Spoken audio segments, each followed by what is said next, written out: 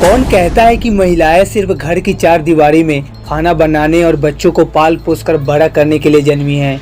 अगर वो चाहे तो वो घर और कारोबार दोनों को बेहतरीन तरीके से संभाल सकती है।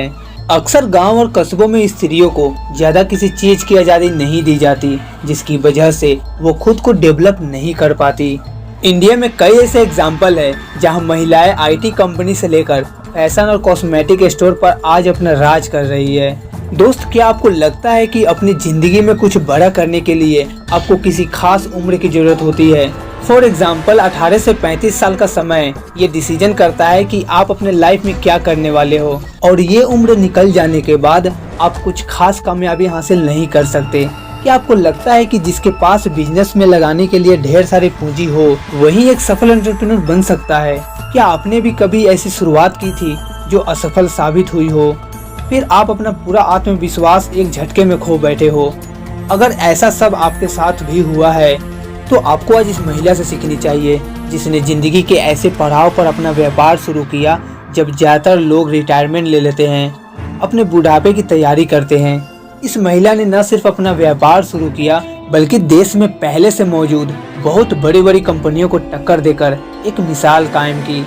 अगर आपके जहन में कुछ कर गुजरने की इच्छा है तो उम्र का कोई भी पड़ाव हो, आप अपनी मंजिल हासिल कर ही लोगे। आपकी हालत जैसे भी हो, आजकल आपकी लाइफ में जो कुछ भी चल रहा हो, सब कुछ भुलाकर एक बार इस स्टोरी को सुन लो, फिर देखना आपके अंदर की एनर्जी कई गुना बढ़ जाएगी और बिना टेंशन के, बिना ज्यादा सोचे, एक उमंग के साथ कोई भी एक्शन ले सकोगे। इस वीडियो का मकसद सिर्फ यही है दोस्त। इस स्टोरी की शुरुआत होती है मुंबई शहर से। 19 फरवरी 1963 को एक गुजराती परिवार में एक महिला का जन्म हुआ। इनके पिताजी की खुद की एक बॉल बेयरिंग कंपनी थी। इस महिला का नाम फाल्गुनी नायर है। इनका मानना है कि बिजनेस की समझ और उसकी गहराइयाँ उन्हें उनके परिवार से बचपन में ही मिल गई थी। उनके घर में अक्सर लोग शेयर बाजार और बिजनेस की ही बातें किया करते थे। अब आपके मन में एक सवाल आ रहा होगा कि उनका माहौल ही वैसा था, उनका एनवायरनमेंट अच्छा था जिसकी वजह से वे अपने बिजनेस में सफल हुए। इसमें कोई बड़ी बात नहीं है, लेकिन दोस्त, सिर्फ एनवायरनमेंट अच्छा होने से हम सफल नहीं होते।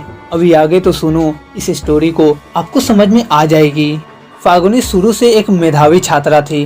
उन्होंने न्यू एरा स्कूल से अपनी प्रारंभिक शिक्षा प्राप्त की।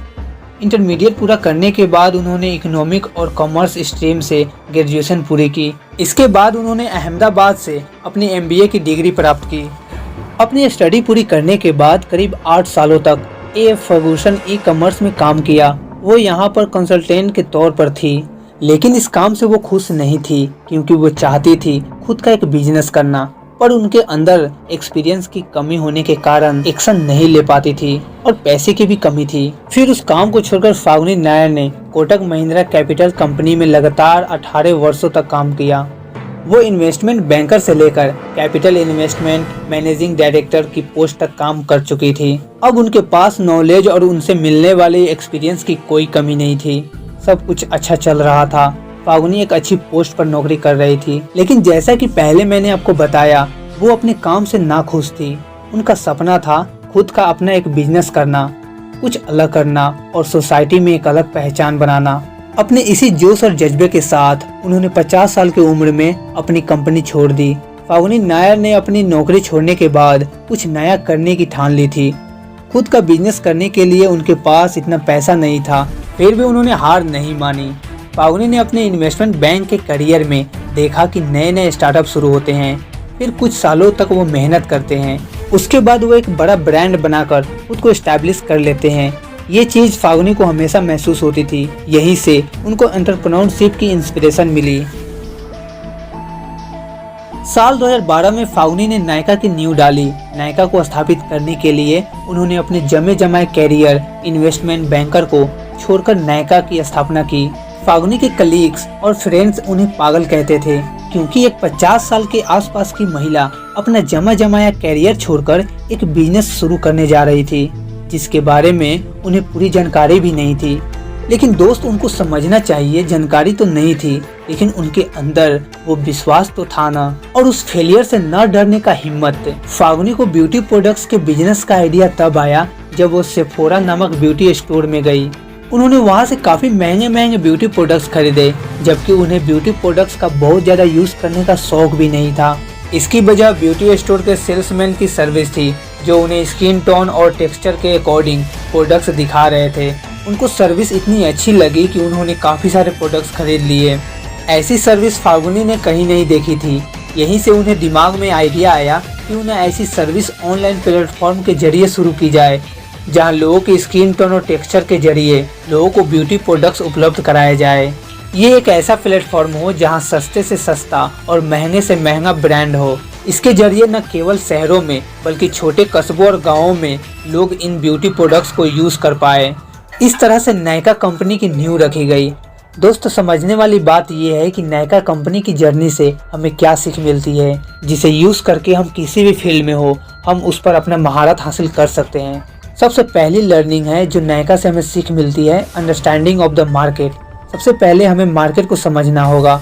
आपका कंज्यूमर कौन है, आपका कस्टमर कौन है, आप किसको प्रोडक्ट बेचना चाहते हो, आप किसको टारगेट करोगे। अगर आपने ये समझ लिया तो आपको उस कस्टमर को टारगेट करने में आसानी होगी जिसको आप अपना प्रोडक्ट्स बेचना चाहते हो। अगर आप एक स्टूडेंट हो तो सबसे पहले आपको ये देखना है कि आपका एग्ज़ाम कब है और उसके हिसाब से आपको स्ट्रेटेजी बनानी है कि आपको कब, क्या और कैसे पढ़ना है। फाल्गुनी नायर ने भी यही किया। उन्होंने 15 ईयर्स से लेकर 40 ईयर्स तक की महिलाओं को टारगेट किया। जब उनको टारगेट ऑडियंस पता चला तब वे आसानी से अपना कंज्यूमर बना पाई। सेकेंड है good effort and business as per your desire. आप अपने बिजनेस से जो भी रिजल्ट चाहते हो उसके अकॉर्डिंग उसमें एफर्ट डालो, यानी कि ऐसा ना हो कि आप उम्मीद तो ज़्यादा कर रहे हो लेकिन उसमें उतने एफर्ट नहीं डाल रहे हो। फाल्गुनी नायर शुरुआत में अपने बिजनेस को खुद ही मॉनिटर करती थी। वो सारे सेल्स एंड परचेस के साथ ही पैकेजिंग तक के काम को रात रात भर जाग कर करती थी। वो कस्टमर के सेटिस्फेक्शन पर बहुत ध्यान देती थी। हर कस्टमर से अपने लिए रिव्यू लेती थी, उन रिव्यू के अकॉर्डिंग खुद को इम्प्रूव करती थी। आज नायका कंपनी जहाँ तक पहुँचा है वह फाल्गुनी नायर के इतनी मेहनत के कारण ही है दोस्त। तो उम्मीद है दोस्तों ये वीडियो आपको जरूर पसंद आई होगी। Thanks for watching. जय हिंद, वंदे मातरम।